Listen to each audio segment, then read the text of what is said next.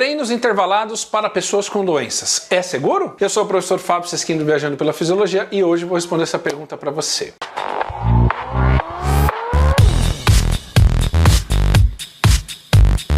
Antes de responder essa pergunta, se você não está inscrito ainda aqui no canal do Viajando pela Fisiologia no YouTube, cara, tá esperando o quê? É gratuito, você não vai pagar nada. 2 vezes por semana entram vídeos aqui da área de treinamento, fisiologia, da nossa amada área de educação física, para ajudar você a turbinar aí o seu conhecimento. Então clica aqui no botãozinho, inscreva-se, faça a sua inscrição, ativa o sininho para que você seja notificado quando entrar um novo vídeo aqui no canal. Galera, olha só que interessante. Se a gente pegar, por exemplo, pessoas doentes, então o obeso, o cardiopata, o diabético, que são doenças comuns, né? O hipertenso, a pessoa que tem doença arterial coronariana, que são doenças comuns no Brasil.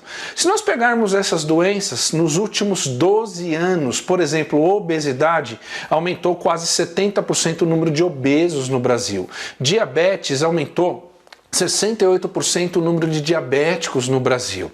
Então, de forma geral, o número de pessoas no Brasil com a presença de alguma doença está aumentando. Em algum momento da vida, essa pessoa vai procurar você para fazer exercício, uma vez que o exercício físico, o treinamento, faz parte das diretrizes de tratamento das principais doenças como diabetes, hipertensão, doença cardíaca, obesidade e outros exemplos de doença. E aí a pergunta é a seguinte: treino intervalado, treino vigoroso, será que é seguro para um diabético? Será que é seguro para um obeso? Será que é seguro para um indivíduo que tem hipertensão arterial ou doença arterial coronariana? Veja, a pergunta não é se o indivíduo pode fazer, a pergunta é se o treino feito de forma vigorosa, um treino intervalado mais vigoroso, numa pessoa que tem doença é seguro. E por que eu estou fazendo essa pergunta? Porque olha esse gráfico aqui comigo, ó. Esse aqui é um gráfico que ele mostra o seguinte, ó. Aqui você tem diferentes doses de esforço. O que é dose de esforço? Dose de esforço é a relação volume e intensidade de treino, ou seja, qual que é a intensidade de treino para cada minuto do seu treino, beleza? Existem diversas combinações, então, por exemplo, ó, quando a gente fala que a dose de esforço é leve, pode ser um volume grande, entretanto, numa intensidade muito baixa. Quando a dose é moderada, vou dar um exemplo de dose moderada, é quando o volume é mediano e quando a intensidade também é uma intensidade mediana. E existe uma dose vigorosa de treinamento, que é quando o volume é baixo, porém a intensidade é muito alta, ou quando a intensidade ela é alta, mas não tão alta assim, porém com volume maior. Então, quando a gente fala em treinos intervalados, em geral, os treinos intervalados eles estão por aqui, né? Ó, eles estão por aqui um pouco mais para o vigoroso. E aí, olha que interessante. Então, aqui nós temos a dose de esforço. Aqui nós temos o percentual de benefício que treinos em diferentes doses de esforço vão atribuir para o meu aluno. Então, por exemplo, se eu trabalhar numa dose leve, ele vai ter resultados. Professor, resultados como assim? Por exemplo, o diabético controlar a glicemia, o diabético melhorar a captação de glicose pelo músculo, o hipertenso controlar a pressão arterial, essas coisas todas, beleza? Então, por exemplo, uma dose leve de treino vai ter resultado, porém o resultado vai ser pouco. E qual que é o risco atribuído ao exercício de uma dose leve? Pequeno. Então veja, o resultado é pequeno e o risco é muito baixo. Numa carga de esforço aí mais moderada, o resultado, o benefício a longo prazo, médio e longo prazo, ele é maior do que uma dose de esforço leve. E o resultado em termos de risco é muito pequeno. Agora, quando a gente vem para o trabalho muito vigoroso, o que acontece?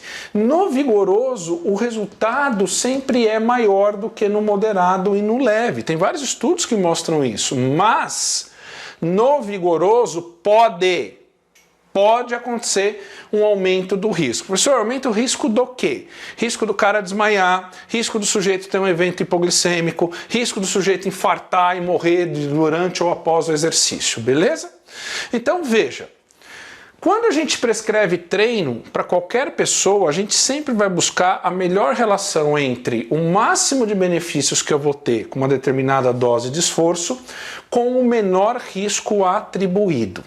E aí o que acontece? Muitas pessoas falam por aí e isso circula aqui no YouTube, nas redes sociais de forma geral, que os treinos intervalados eles podem ser perigosos para as pessoas que têm doenças. E aí eu quero te mostrar dados científicos, não é axologia, não é o que eu acho, o que eu acredito, não é a minha fé. São dados de estudos que mostram que é seguro ou não é seguro. Então, por exemplo, tem um estudo aqui, que inclusive a descrição desse vídeo tem aqui a referência para você consultar depois. Tem um estudo que foi feito com 5.000 pacientes, pessoas que tinham doença arterial coronariana, então não é uma doencinha qualquerzinha não é uma gripezinha não, é doença séria cardíaca, feito com 5.000 pacientes. Veja, não foi um estudo com 40, não foi um estudo com 60 pessoas, com 120, foi um estudo com 5.000 pessoas.